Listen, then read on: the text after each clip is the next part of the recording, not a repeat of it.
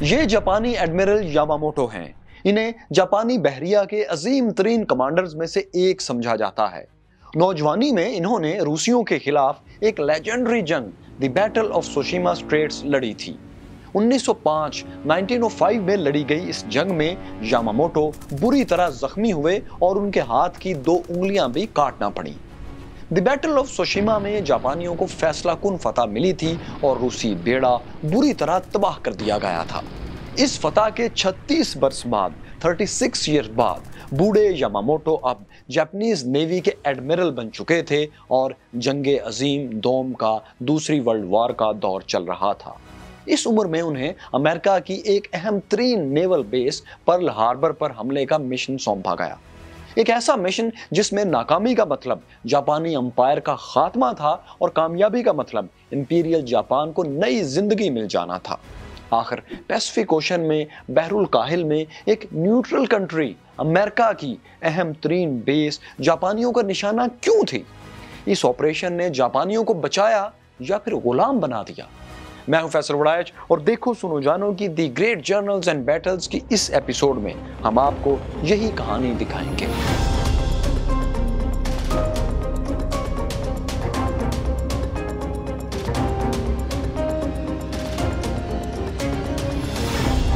مائی curious fellows 1941 میں second world war کو تیسرا سال جاری تھا۔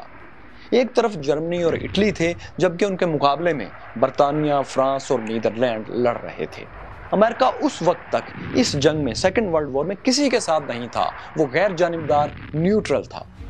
نیوٹرل ہونے کے باوجود بحر الکاہل پیسفک اوشن میں امریکہ کو ایک بہت بڑا چیلنج بہرحال درپیش تھا اور اس چیلنج کا نام تھا جاپانی ایمپائر۔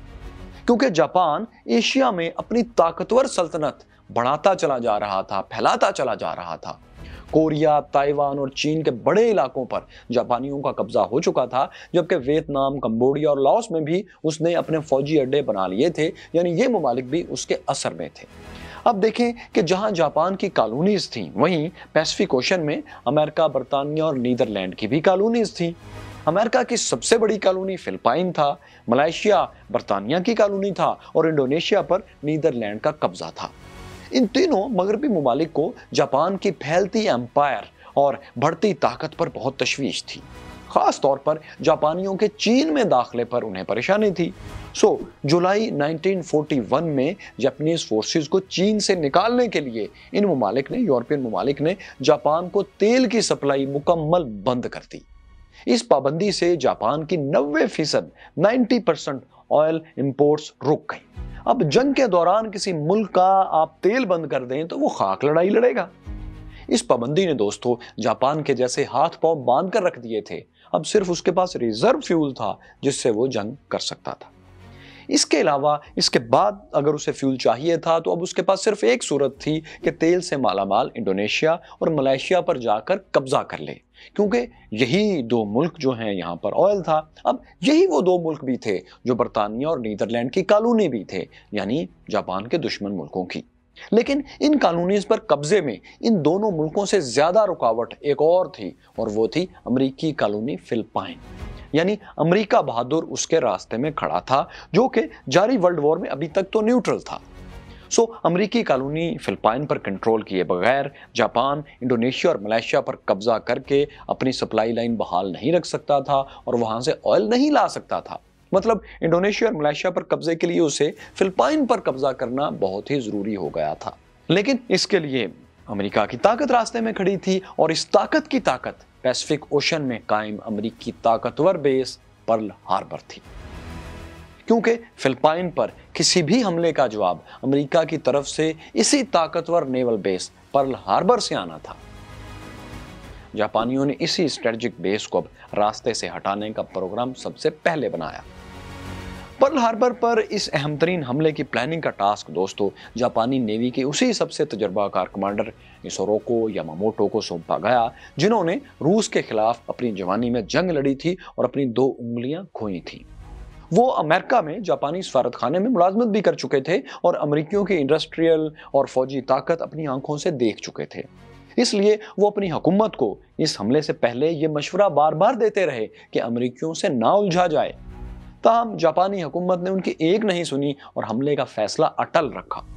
جاپانی ایڈمرل نے مجبوراً اس حکم کو تسلیم کر لیا اور حملے کی پلاننگ شروع کر دی۔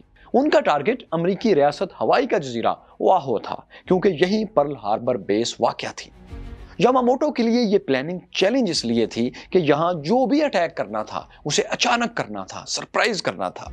انہوں نے امریکیوں کو سرپرائز دینا تھا، لیکن یہ لوکیشن ایسی تھی کہ یہاں اچانک سرپرائز اٹیک بہت مشکل تھا۔ آپ بھی ذرا اس لوکیشن، اس کی جیوگرافی کو دیکھیں۔ اوآہو امریکی ریاست ہوائی کا تیسرا بڑا جزیرہ ہے۔ ہوائی کا دارالحکومت ہونولولو بھی یہیں واقع ہے۔ اس جزیرے میں ایک سمندری گھاٹی کے اندر ایک چھوٹا سا خشکی کا ٹکڑا ہے جسے فورڈ آئی لینڈ کہتے ہیں۔ اسی ٹکڑے اور ارد گرد کی زمین پر امریکی بیس پرل ہاربر قائم تھی۔ اس تک پہنچنے کے لیے تنگ سمندری راستے سے گزرنا پڑتا تھا، اور یہ راستہ جیسا کہ آپ دیکھ رہے ہیں قدرتی دروازے کا کام دے رہا تھا۔ اس تنگ راستے کی حفاظت کے لیے امریکی بحری جنگی جہاز پیٹرولنگ کرتے رہتے تھے۔ کسی بھی نیوی کے لیے اس بیس پر سمندری راستے سے اچانک بھرپور حملہ تقریباً ناممکن تھا۔ اس کے بعد اس بیس کو تباہ کرنے کا ایک ہی دوسرا طریقہ بچتا تھا، اور وہ تھا آسمان سے حملہ، یعنی فضائی حملہ، ایریل اٹیک۔ یاماموٹو نے یہی پلاننگ کی۔ جاپان میں پرل ہاربر بیس کے ماڈلز بنا کر فائٹر پائلٹس کو ٹریننگز دی جانے لگی۔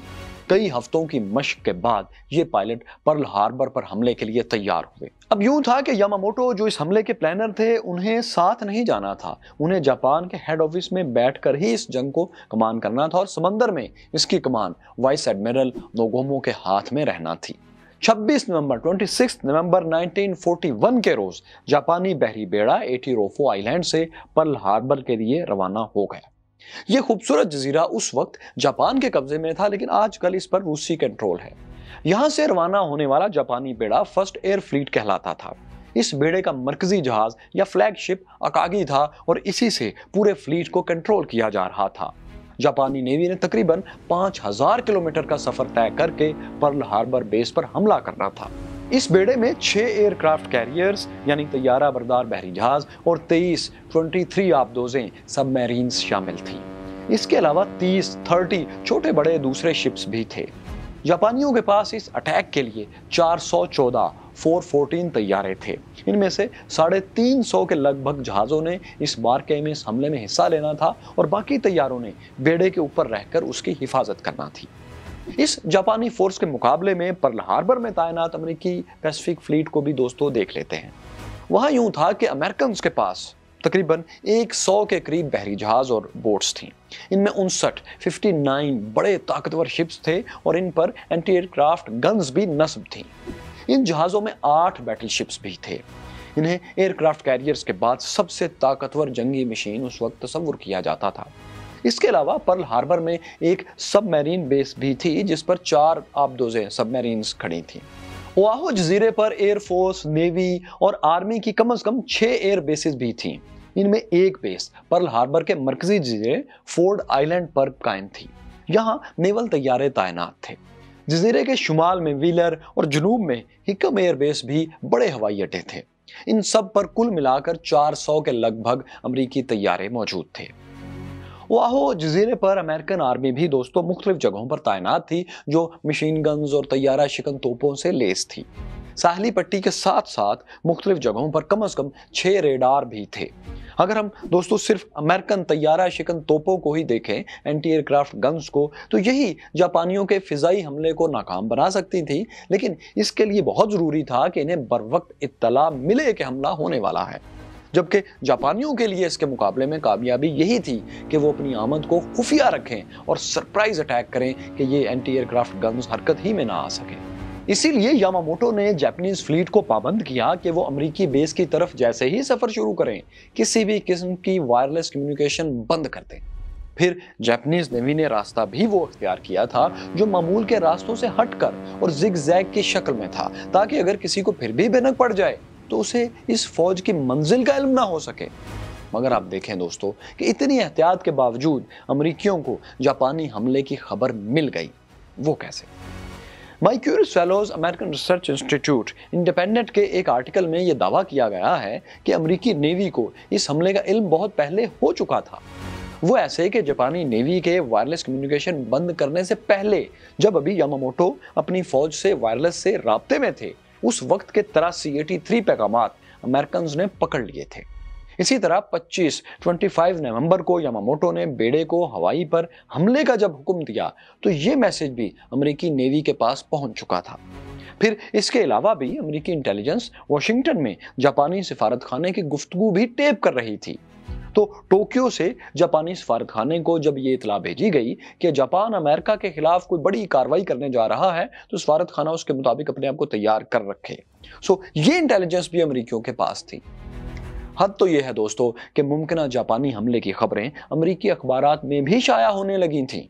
रियासत हवाई से शाया होने वाले एक अखबार हिलो ट्रिब्यून हेराल्ड ने 30 नवंबर को यह खबर शाया कर दी थी कि जापान वीकेंड पर हमलावर हो सकता है, यानी अगले एतवार 7 दिसंबर को हमला हो सकता है। यह अखबार में छप चुका था।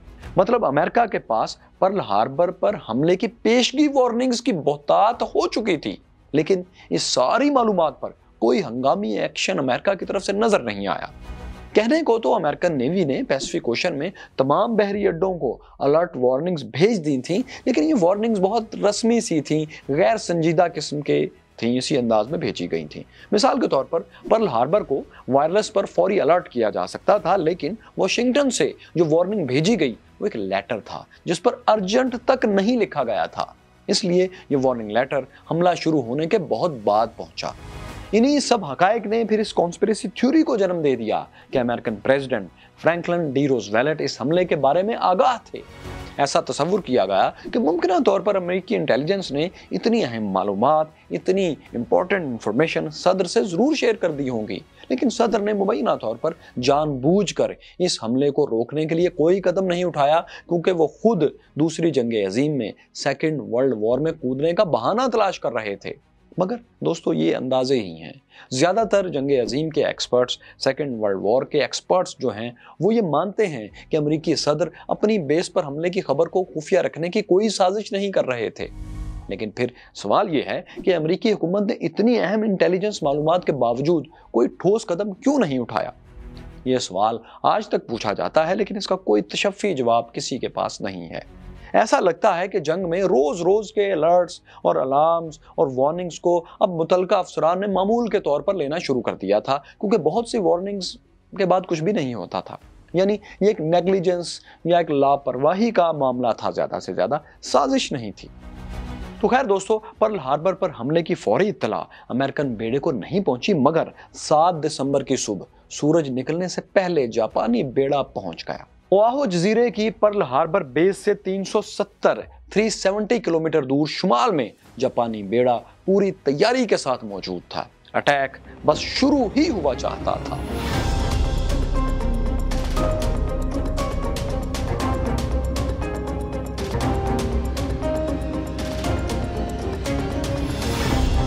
सेकेंड वर्ल्ड वॉर का यह बहुत बड़ा मिशन था और किसी जापानी पायलट को इल्म नहीं था कि वो इस हमले से जिंदा वापस आ सकेगा या नहीं।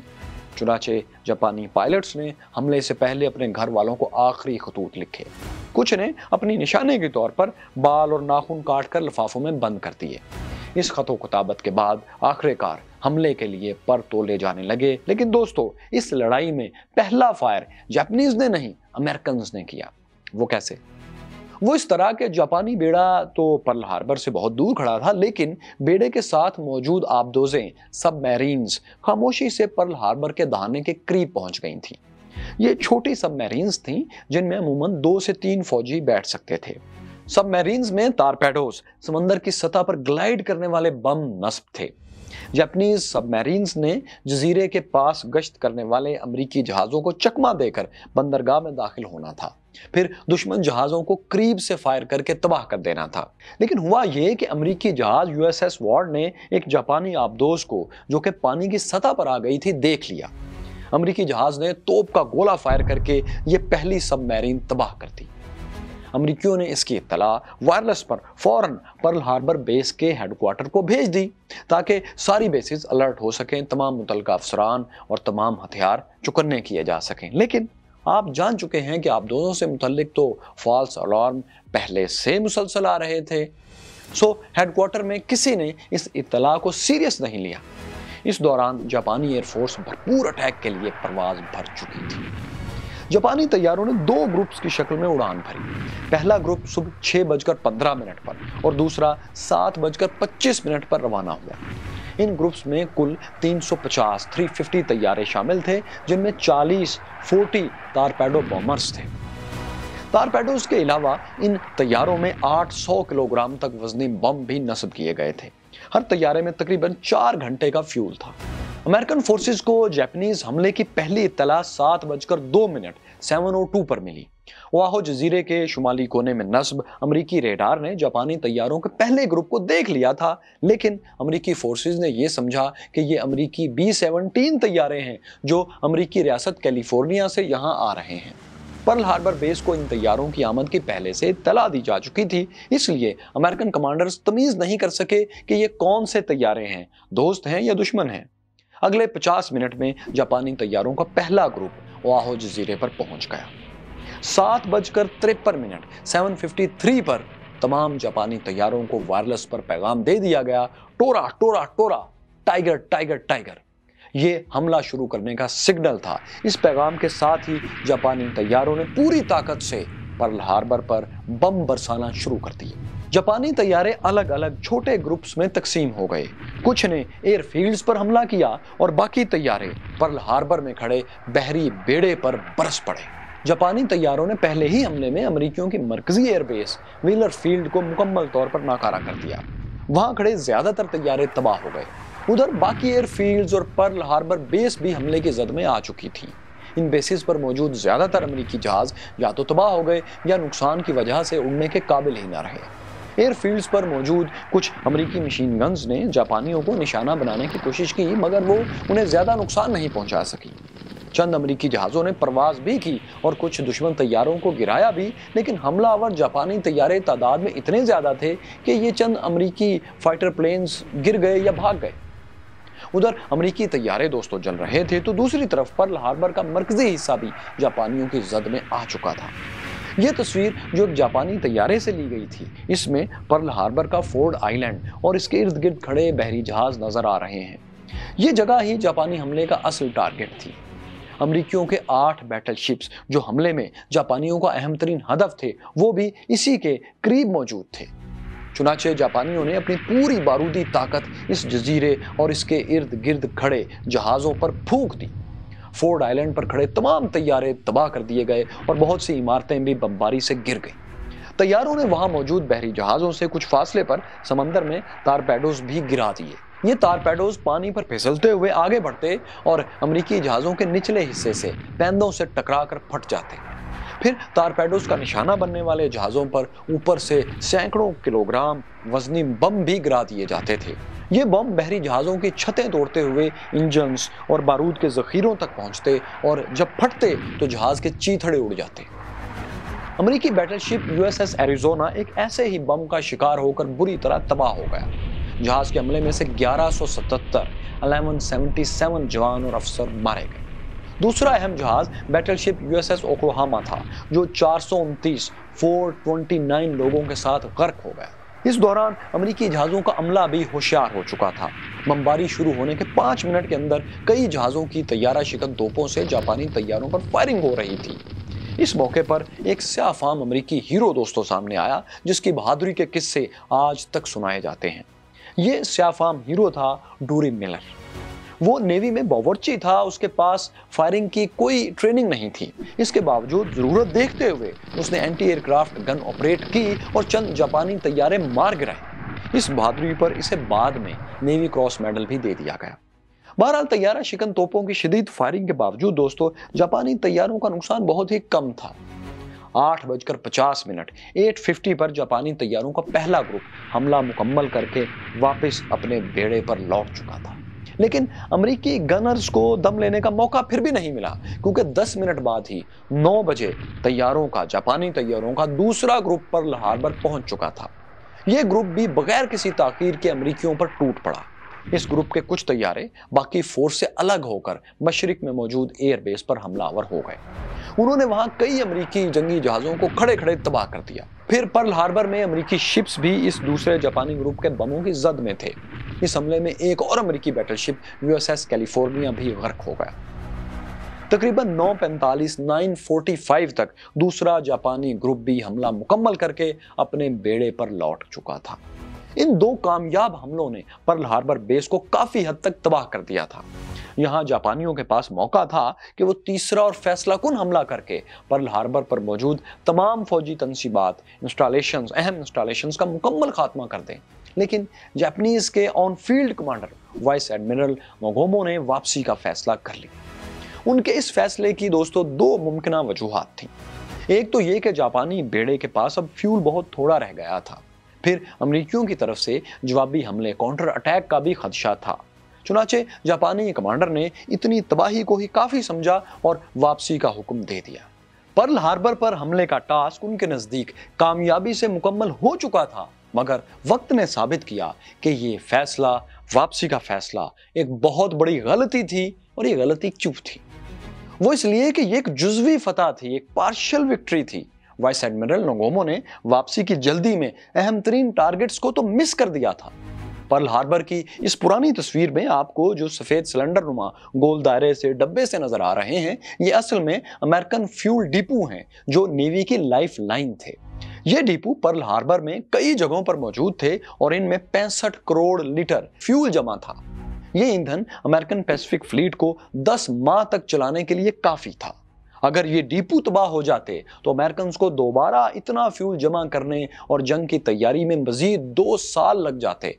लेकिन कमांडर नोगोमो के गलत फैसले की वजह से फ्यूल के ये डिपो बच गए।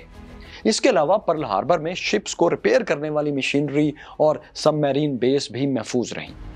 जापानीज नेवी की एक और बदकिस्मती ये रही कि 3 American aircraft carriers USS enterprise, Lexington और साराटोगो पर्ल हार्बर में मौजूद ही नहीं थे। हालांकि ये तीनों जहाज एडमिरल यामामोटो के ओरिजिनल प्लान के मुताबिक तबाह किए जाने जरूरी थे।